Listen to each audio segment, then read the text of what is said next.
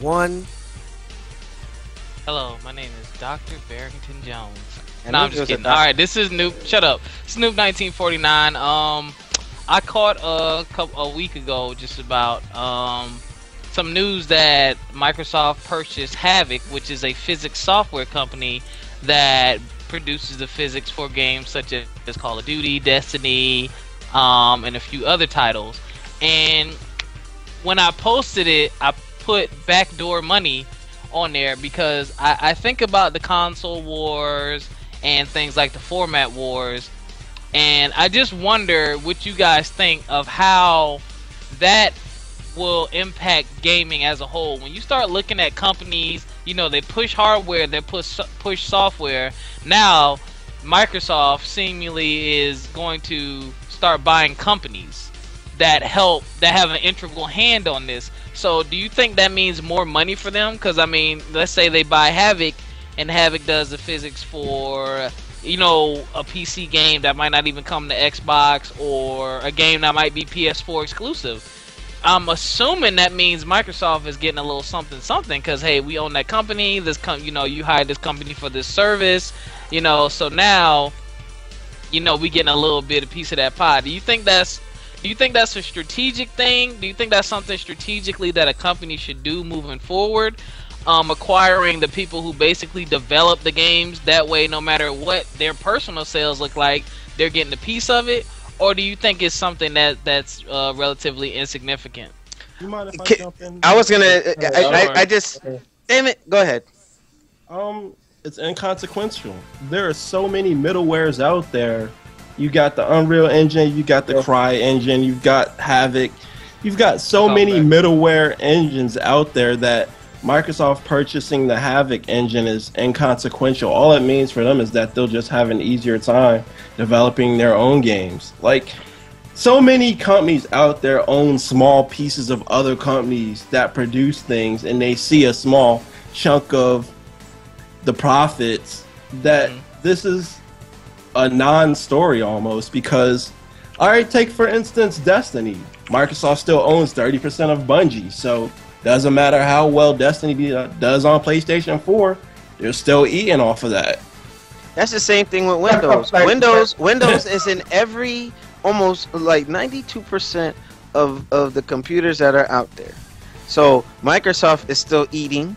You got Sony that's now still eating with the Blu-ray, because the Blu-ray is it's the standard format. Sony's eating off of Microsoft because Sony owns the main patent for Blu-ray. That brings me back to the point. That's what I'm bringing up. But go ahead.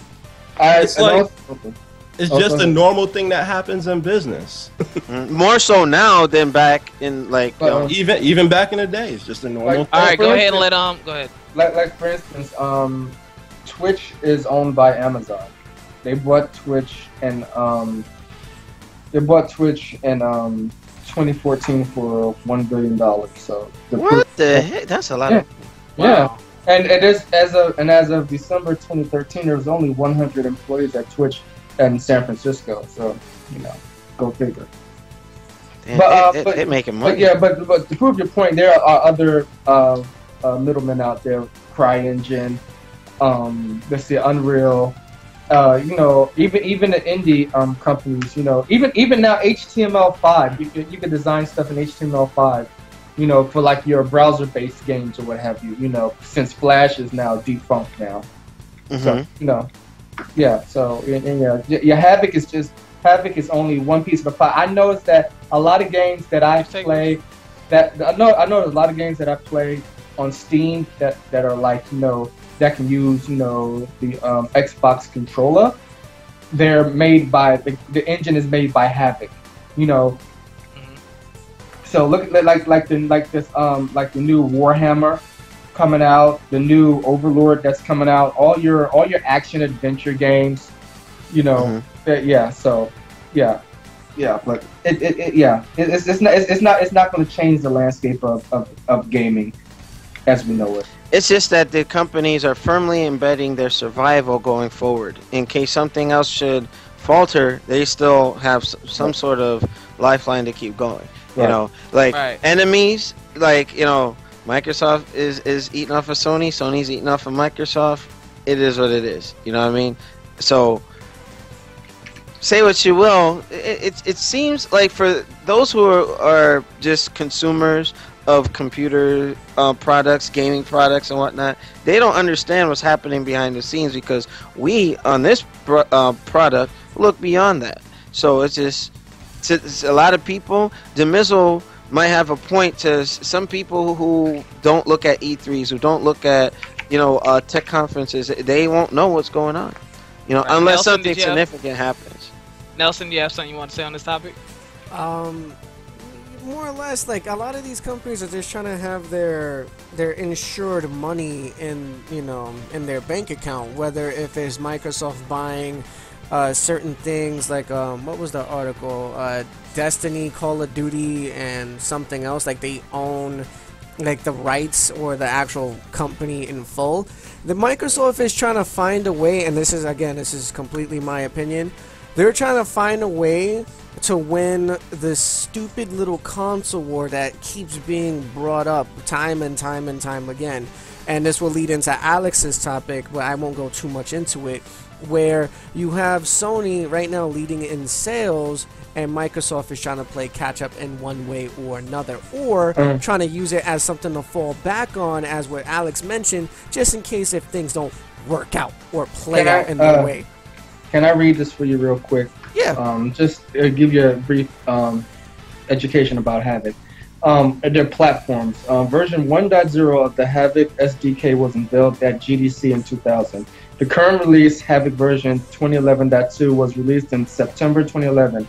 And this is where it gets interesting at. It is known to work on Microsoft Windows, Xbox 360, Nintendo's GameCube, Wii, Sony's PlayStation 2, 3, and PSP, Linux, and Mac OS. Licensees, that's the key word right there.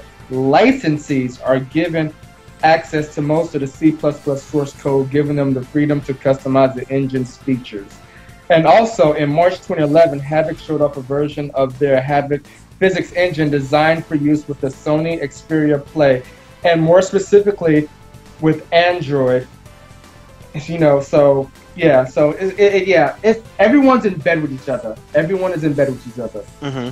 Yeah, so this goes to show you that just giving it's not really a competition when you think about it. Like on the surface, like what people see, like the average gamer and the average consumer, like, oh, Microsoft's in competition with Sony.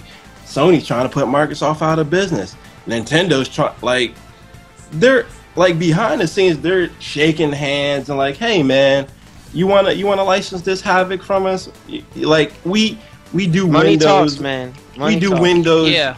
You guys got a Blu-ray. Let's make a deal here. That they're not in direct. They may be seeming like they're in direct competition with each other on the surface, but behind the scenes, it's not really like that. They're just out to make each other money.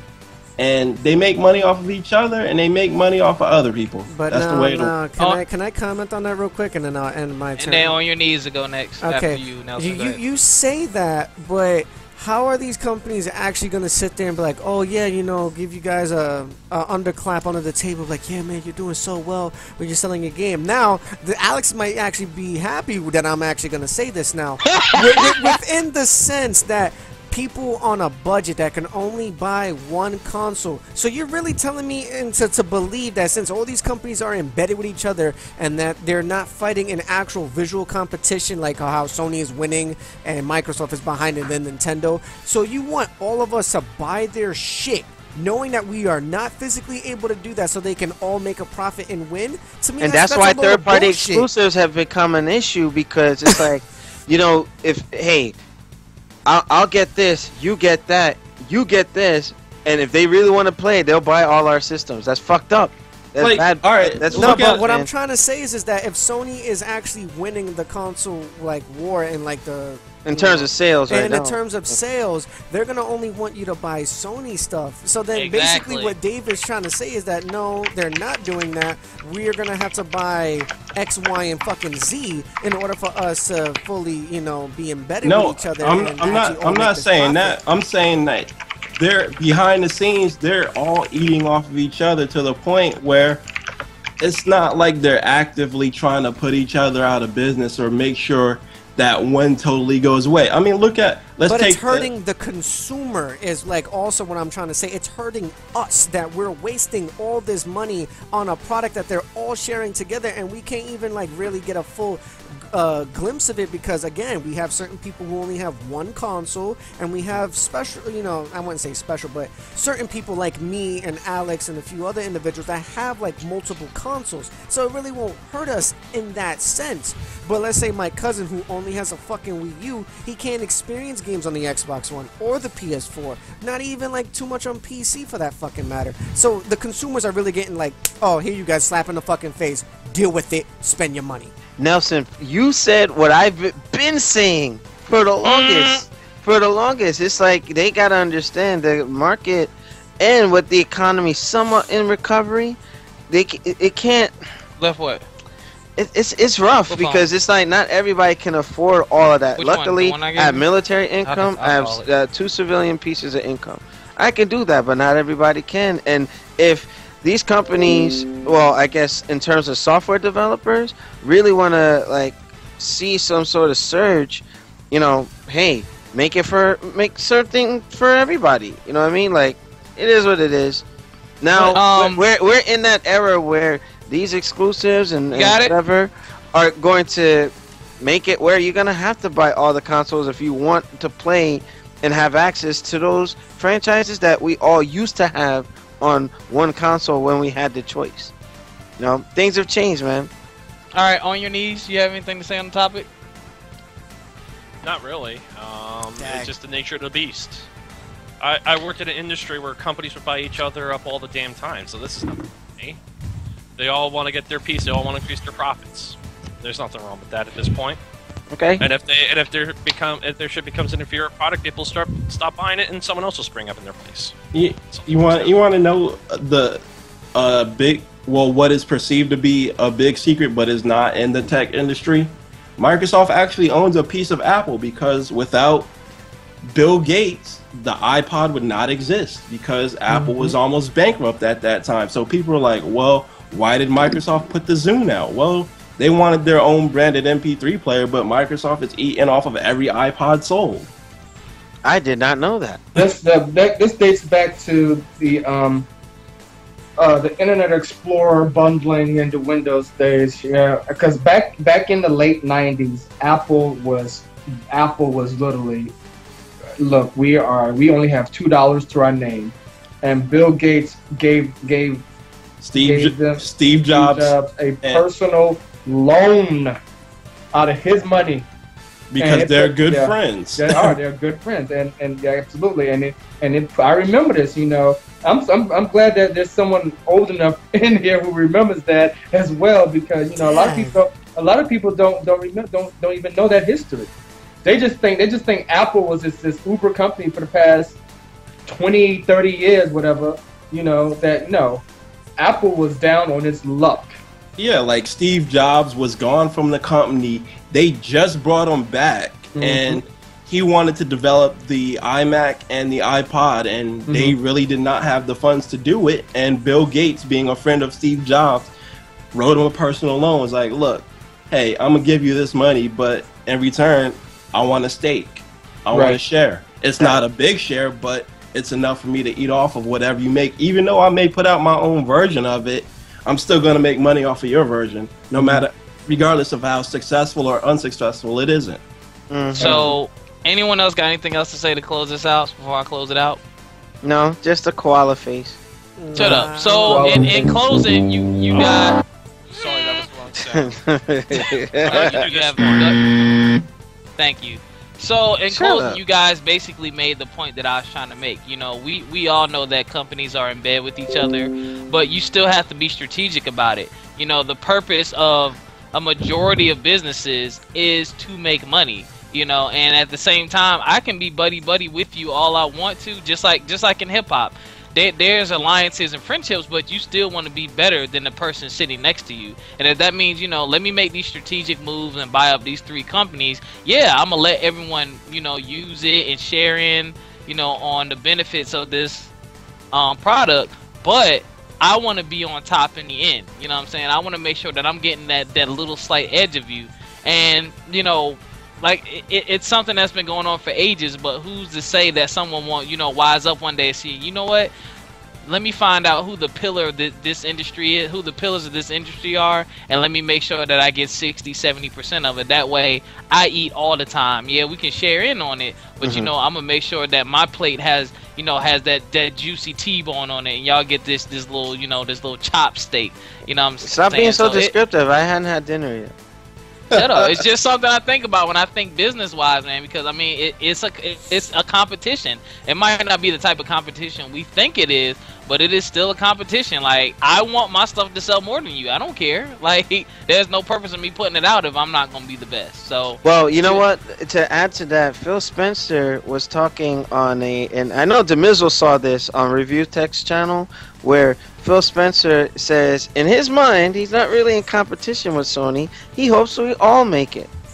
And it's like, well, he does have a point because, like, even we can do that on my portion because this segment will probably run on too long. But it's just something to the effect where he doesn't feel they're in competition, but Sony doesn't seem to share the same sentiment where they're getting the exclusives and.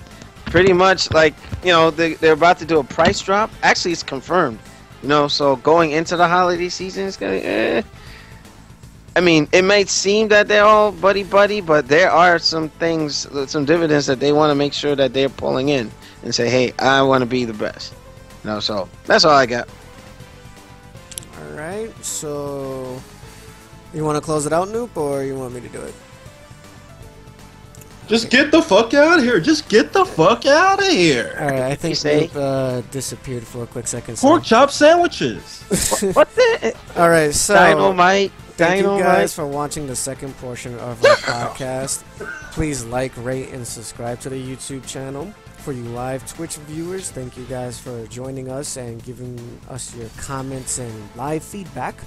And on that note, we will go into the last topic, which Mr. Flexus will be maintaining and controlling. That's not portion. My name.